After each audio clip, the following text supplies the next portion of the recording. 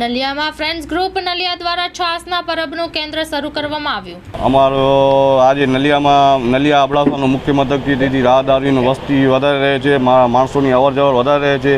હમણાં કાળઝાળ ગરમી ચાલુ રહી છે તો થોડી માણસોને રાહત થાય તેવા ભાવથી, સેવાકીય ભાવથી આજરોજથી ઠંડી છાશનું વિતરણ ચાલુ કરવામાં આવે. અમારા ગ્રુપ દ્વારા, અમારા ફ્રેન્ડ્સ ગ્રુપ વિવિધ સેવાકીય પ્રવૃત્તિ સાથે જોડાયેલો રહે છે વર્ષોથી, જેવા કે માતાના પદયાત્રી સેવા કેમ્પ, વિવિધ સમયાંતરે રક્તદાન કેમ્પ યોજીએ છીએ અમે, એ પ્રવૃત્તિથી જોડાયેલો રહે છે.